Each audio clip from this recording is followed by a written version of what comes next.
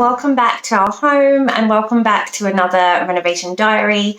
My name is Louisa and our renovation diary series is essentially a behind the scenes look at all of the details of tearing a room apart and putting it back together again. So we're currently working on our master bedroom. We just recently started that in lockdown. To give you a bit of a recap, we ripped out an electric shower in there last year, weird, and had that replastered, not the whole room, just that section. And then we kind of left it and we've just started the project again recently. So with that, we have put the picture rail back up where that electric shower was. We also replaced another section of the picture rail in the room that had obviously previously been replaced before, but it had been replaced with a totally different design. We filled in any other cracks in the remaining plaster in the room. We've keyed all of the woodwork. So if you're new to the DIY and renovation process, keying is essentially sanding, not so much that you take all the previous paint off, but just enough that you're essentially giving the paint enough to grip onto. We have also painted the whole room so far. I'm using the we here. It's definitely a royal we. James has actually really taken the helm with this project and run with it to date. I'm hoping to pick up the slack a little bit more now. But yeah, so he's already painted. For the longest time, we were trying to think, or I was trying to think again, of what colour we wanted to paint it. And I just couldn't decide. And in the end, I kind of had a little bit of inspiration. And that inspiration basically led me to deciding that I was trying to overcomplicate things. And I just wanted to paint it white. And we've also ripped up all of the really ugly brown office style carpet. So that is gone. So that's brought us up to date. If you are new here and you would like to kind of catch up properly, then I will link that last video just above here. But otherwise, let's pick up where we left off, which is essentially the point in which we need to now remove the radiator in the room. So we are putting another radiator back in the same spot, but we're going for more of a Victorian style column radiator.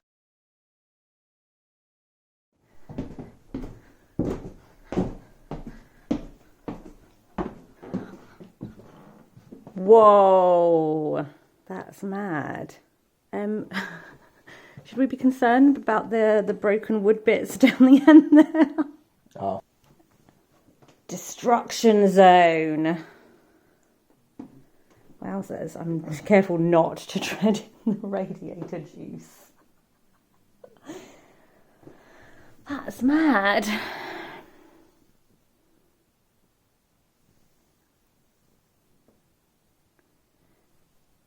It's funny how like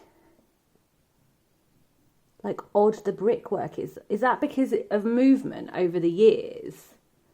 Or is that does brickwork always look like that on the inside? Like, you know, like some are like back, some are forward. Well, you got to remember you've got that band around the outside of the house there. And I wonder if they step out into that. Oh, yeah, fine. I'll just come over here. Just be careful because there's a lot of stuff on. No, I know. So we've taken the skirting board out because actually a lot of it was buried underneath the plaster. So we're either going to try and replace this along this area, or we're going to have to get new altogether.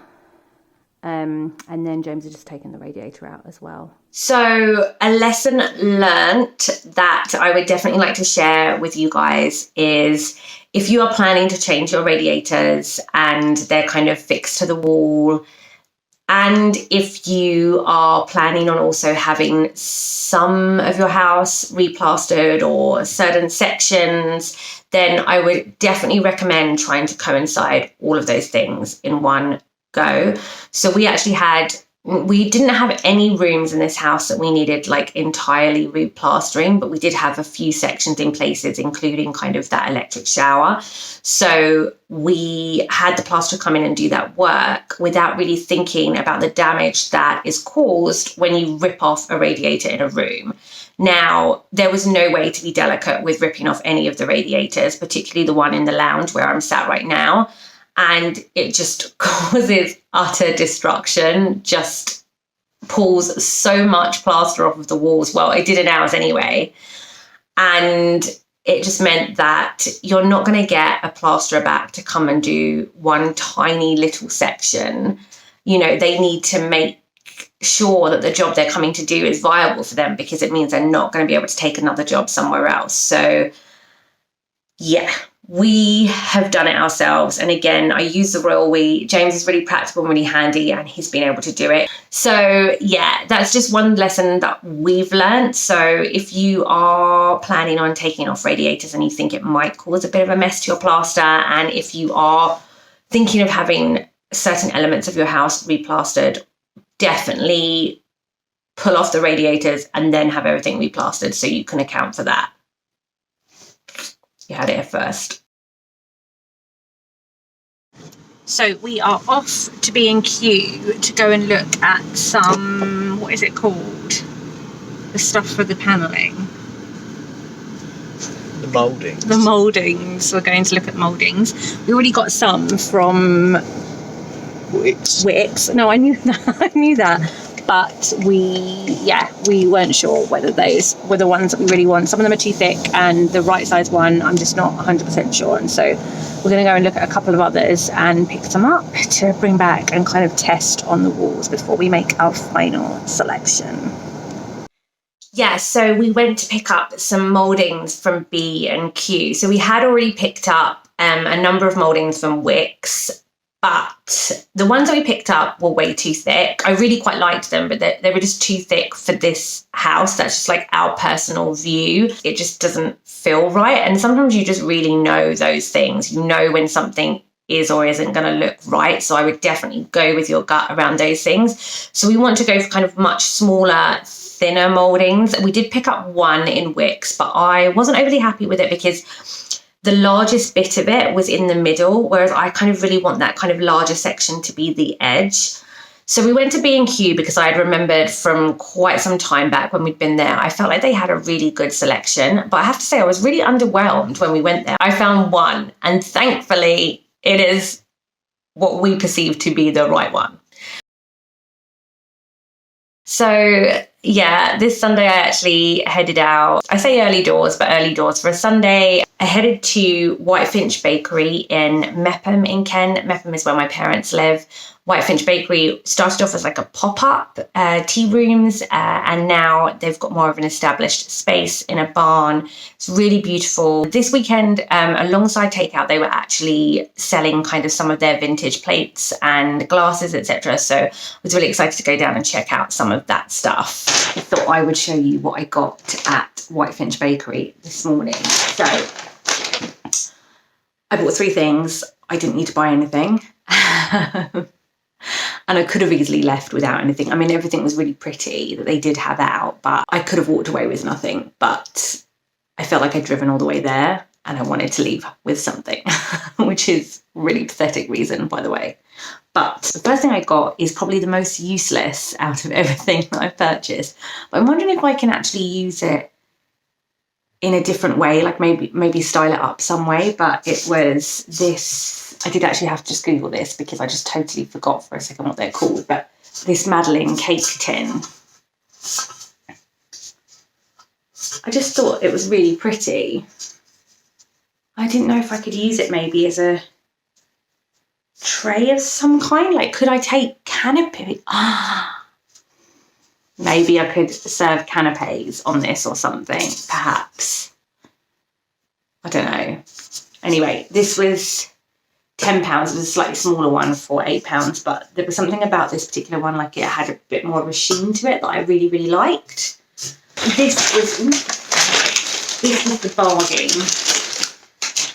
of them all, because the vintage plates were only £1. And I quite liked this one.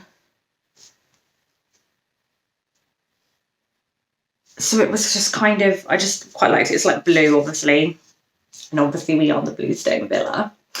So yeah, so I really quite liked that. Again, I thought that'd be good for like serving, like maybe like a lovely tomato and mozzarella salad or something on a summer's day. And you might have a barbecue and you're allowed to have people round. And then the final thing, which I think probably you will like the most, definitely the prettiest of them all. This was a set and it was £12, and it was these crystal oil and vinegar little decanters. I thought these were gorgeous.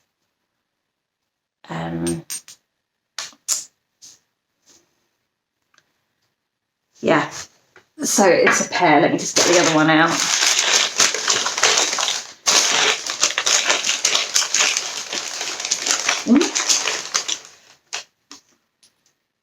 Yeah, so I really liked these. I thought these were gorgeous. So yeah, that was it. So I spent £23 on 3 items, which I don't think is too bad, to be fair. I think I was pretty bargainous. They're just kind of putting different things out, I think. Or they put some stuff out yesterday and they put some stuff out today. I don't know whether they're going to be doing that continuously.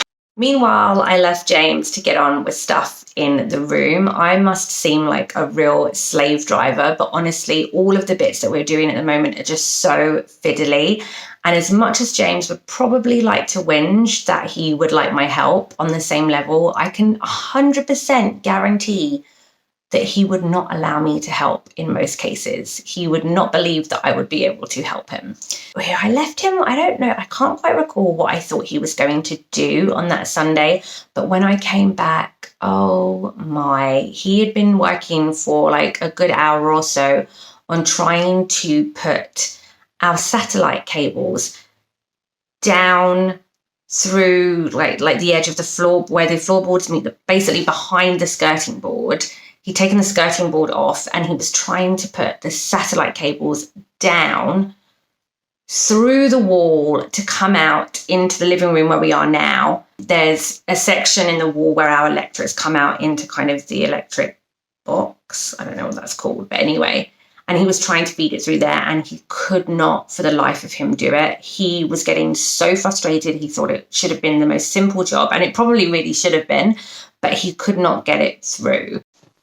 I'm on, God, look at the mess. I'm on, watch out GT4.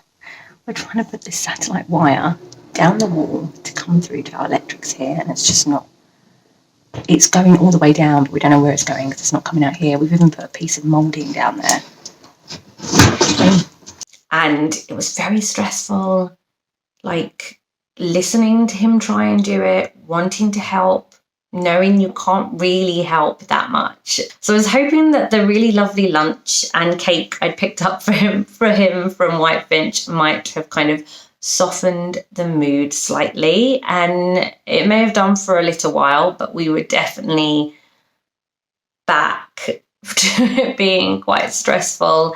It essentially took all day, which I was getting frustrated towards the end when I was helping because it just seemed impossible, but it was also impossibly stupid. Like it should have just been able to happen. Like there was no rhyme or reason. And we just seemed to be like chipping off more plaster around where all of these electric wires come out. And then James had this wild idea that we should get some string and tie kind of like a nut bolt to it to drop it down. Like anyway, didn't have any string. So off I went. Run along to Wilko's. It was like an hour before it was due to close that Sunday. Picked up some string and some deep polyfill because we also needed to finish off skimming some areas where we pulled the radiator out.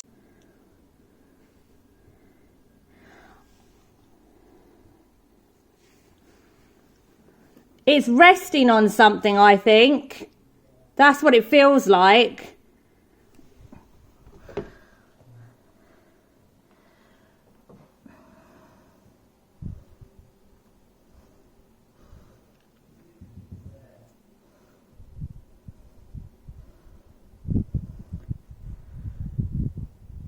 Can you hear it? Yeah. And yeah, that also didn't work. So there was a lot of stressful words exchanged, and I was getting bored doing it, and I hadn't even been doing it that long. And then, hurrah, we did eventually get it through, or James eventually got it through, and it was the most satisfying moment so far of that room, I think. I don't really know how he did it. I'm not sure he really knows how he did it. But I kid you not, this was like, must have been like 4 or 4:30 on the Sunday. And bearing in mind, James literally got up to start work on the room when I left at about 10 that morning. And I think he may have been trying to do those wires all day. Yeah. Those are the kinds of things no one tells you. So be prepared to waste your time on something that seems seemingly stupid, but will take you forever. I should also say the reason we were trying to do that is because we currently have some wires on the outside of our house, and James especially is a real stickler for not having things like that on show. He really loves all of those things being hidden, and I totally get that and really appreciate that he has that kind of eye for detail. Additionally, I don't think we are going to end up having it done this year, but we have been talking to some people about having our house replastered and repainted. And so, of course, we would want those kinds of things resolved before we do that anyway. So just a bit of context as to why we were doing this with the wires. He tells me that we now need to do it with a wire from the very top floor downstairs. So all I can say is pray for me. So today is the day that we are going to collect our new skirting board. So you will have seen at the beginning of the video that we took the skirting board off in one section of our room. And that's again because of the electric shower. So the electric shower had skirting board going around. It looked like it matched up fine, but actually it didn't. So it was the same design and style, but not quite the same profile kind of sizes. So once you lined them up next to each other rather than them going around the shower, it was really noticeable. So James was talking about the fact that we might have to actually replace all of the skirting board in the room, which I really didn't want to do. I'm a true believer in trying to retain and restore as many original features as possible. I just think it's really important. You're a custodian of the house. The house has such a history and story to tell, and something like, skirting boards and original skirting boards, in a Victorian property, that's a real significant kind of design of a typical Victorian property. Yeah, I think it's really important to try and keep that as best you can. So thankfully, we managed to find a solution. The reason we thought we were going to have to take all of it off was because we couldn't really figure out how we would get the exact same skirting board. Again, the one that was going around the electric shower was probably from somewhere like B&Q, and we could get that again, but again, it wouldn't meet up right with the rest of the room. So that's why we were thinking we were going to have to rip off the whole room. Thankfully, on one of my morning walks, I actually came across a joiners called Mount Zion Joiners. And I suggested to James that maybe we contact them and see if they could actually recreate a section of it. And they could. So it was more expensive than if we bought it from B&Q. It was essentially double the price. We paid about £190 for, I'm not sure exactly how much. We had 4 meters. We had one 4 meter length, and then we had another 2 quite long lengths. But yeah, so it was more expensive than if we bought it from B&Q, and probably for a less amount, I guess. But it was exactly matching the rest of our skirting board. It was really simple. We just took a section of the original down to them, and they made it up for us. And there we have it. So as I said, we're very much still in the prep work phase. You'll come to find, or you'll know, that prep work is boring, annoying, takes way longer than you anticipate it to, and you always feel like you never have anything to show for it at the end. In fact, I would almost say our room looks worse than it does better. It's got to get worse before it gets better, right? Anyway, I hope you enjoyed seeing all the kind of nitty-gritty details of what we're working on in the master bedroom. Hopefully we'll start to see some more significant changes coming up soon. So I look forward to you joining us next time.